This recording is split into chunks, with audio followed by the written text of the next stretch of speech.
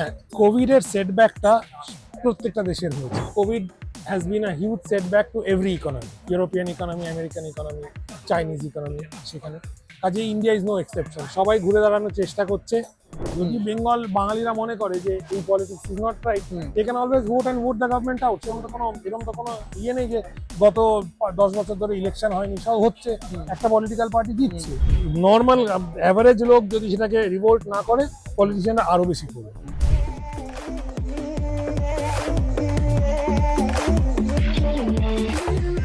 আমাদের সঙ্গে আছেন অনির্বাণ মুখোপাধ্যায়।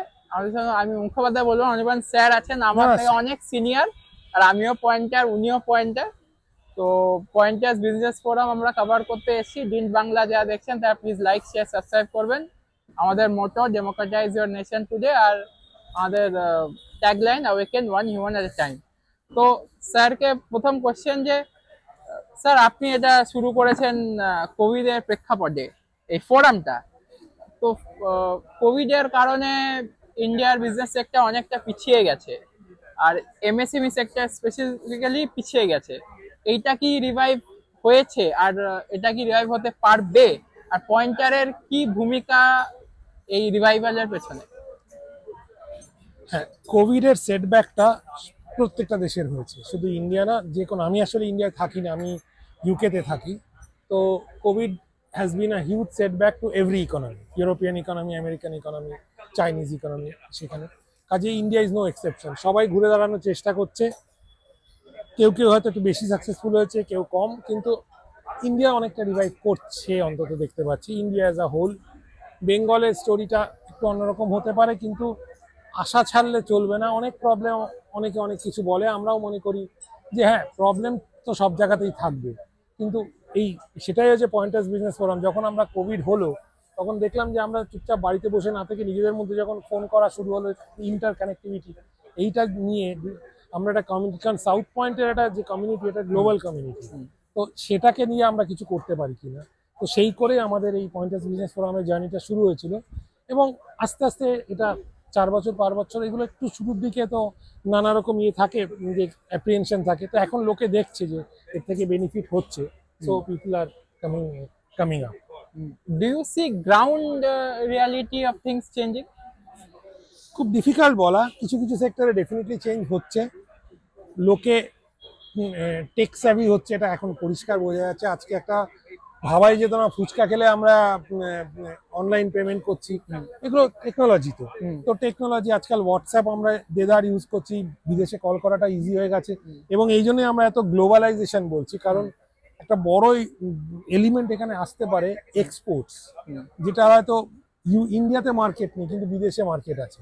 কাজে আমরা অ্যাজ আ কমিউনিটি এক্সপোর্টসটার উপর খুব জোর দিচ্ছি, এবং সেখানে গ্রাউন্ড রিয়েলিটি আশা করছি চেঞ্জ হবে। পলিটিক্যাল সিনারিও, আপনার কি মনে হয় পলিটিক্যাল ইকোসিস্টেমের জন্য পশ্চিম বাংলা অনেক পিছিয়ে, এত পিছিয়ে যে 17 র্যাঙ্ক ঝাড়খণ্ড, তার পেছনেও বিজনেস সেক্টরে চলে গেছে পশ্চিমবঙ্গ? এখানে পলিটিক্সটা কি মানে not conducive for business? Politics is politics, সেটা এখন তো আমরা চেঞ্জ করতে পারবো না। আমাদের যে টাইপের পলিটিক্স হয়, সেটা বেঙ্গলের টাইপের পলিটিক্স হচ্ছে এখন, সেটা তো কিছু, সেটাকে নিয়ে আমাদের চলতে হবে, নইলে আমরা পলিটিক্যাল সিস্টেম চেঞ্জ করবো। আমি ইউকেতে থাকি, কাজে এটা ডেমোক্রেটিক কান্ট্রি। যদি বেঙ্গল বাঙালিরা মনে করে যে এই politics is not right, they can always vote and vote the government out.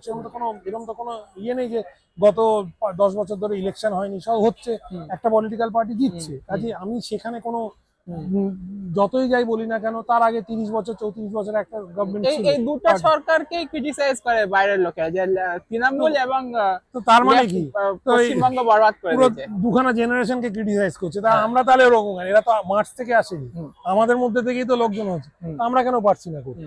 তো সেটা আমাদের দেখতে হবে। এটা মানে পলিটিশিয়ানদের আমি দোষ দিই না, ওরা ওদের মতো বিহেভ করছে। নর্মাল অ্যাভারেজ লোক যদি সেটাকে রিভোল্ট না করে, পলিটিশিয়ানরা আরো বেশি করবে, ধরে নাও এরকম। এই যে ইয়াংস্টাররা কলকাতা ছেড়ে চলে যাচ্ছে, তো যখন ট্যালেন্ট বেরিয়ে যাচ্ছে, তো আপনারা পশ্চিমবঙ্গে থেকে বিজনেস করতে চাইছেন, তো এটা মানে ট্যালেন্টকে কিভাবে রিটেন করবেন? হ্যাঁ, সেটা চ্যালেঞ্জ, সেটা ডেফিনেটলি চ্যালেঞ্জ। জব স্কোপ কম, আমরা ওই জন্য এন্টারপ্রেনারশিপকে এনকারেজ করছি। এন্টারপ্রেনারশিপ এনকারেজ করলে পরে সেখানে অনেক বেশি প্রোপেনসিটি টু স্টে ব্যাক থাকবে বেশি। এবং আমরা যারা বিদেশে থাকি অলরেডি তারাও সেখানে যতটা সম্ভব চেষ্টা করছি যে এই বিজনেসগুলোকে যে যেরকম ভাবে আছে তাদের সাপোর্ট করা যায় কিনা। তো এন্টারপ্রেনারশিপ না বাড়লে এই ট্রেন্ডটা কমবে না। আচ্ছা, দুর্গাপূজার এটা একটা কোয়েশ্চেন, যেহেতু আপনি এটা সূচনা করেছেন, বলতে গেলে godfather of starting this movement of Durga Puja K greatest show of the honour করা, তো এইটা যে করছেন ঠিক আছে বুঝলাম, বাট এটার যে বিজনেস অ্যাসপেক্ট, আদেও কি এটার কোনো বিজনেস অ্যাসপেক্ট আছে? আর এখান থেকে ট্রিকল ডাউন ইকোনমি তৈরি হবে? আর এটা কি is a substitute for no manufacturing industry in West Bengal? না, একেবারেই সাবস্টিটিউট নয়, একেবারেই সাবস্টিটিউট নয়। কিন্তু আজকে চাইলেই বিএমডব্লিউ বা মার্সিডিজ এসে কলকাতা বডি এসে কলকাতায় ইয়ে খুলবে না, প্লান্ট খুলবে না। পারসেপশন আছে, অনেক কিছু আছে, পলিটিক্স আছে, পারসেপশন আছে, অনেক কিছু আছে, হিস্ট্রি আছে। কাজেই যদি আমাদের শুরু করতে হয় আমরা কোথা দিয়ে শুরু করব, এটা আমাদের হাতের পাঁচ বলা যেতে পারে। দুর্গাপুজোকে যদি আমরা প্রমোট করতে পারি, এর কিন্তু একটা সত্যি গ্লোবাল মার্কেট আছে। তাই বলে কি দুর্গাপুজোর এই গ্লোবাল মার্কেটটা আজকে একটা অ্যাপেলের ফ্যাক্টরি বা একটা বিএমডব্লিউ ফ্যাক্টরিকে রিপ্লেস করতে পারে? Answer is no. কিন্তু লেট ইট স্টার্ট। ট্যুরিজম, আমি ইউকেতে থাকি, ট্যুরিজম ইউকের one of the biggest revenue earner. আমরা কতটুকু সেটা বলছি, আমরা যেখানে বলছি we are talking about numbers like 200, 250, 300, যেখানে we should be talking about 2 lakh, 2.5 lakh, 3 lakh. সেখানেই গ্যাপটা বোঝা যাচ্ছে। আর এই সত্যি কথা, আমি ভেরি ব্লান্ট, এই যে 80,000 কোটি টাকা, 30,000, 40, কোথায় ওই টাকা? সত্যি কি অত পলিটিক্স বলছে ওইগুলো? না, বলছে দুর্গাপুজো ইকোনমিটাই নাকি 50,000 কোটি টাকা, 60,000 কোটি টাকা।